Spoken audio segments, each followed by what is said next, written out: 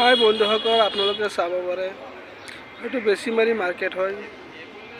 ইয়াত আবেলিও চব্জি পাব, বিলাহী, বন্ধাকবি, লৈ কেঁচামৰিচ সব পাব।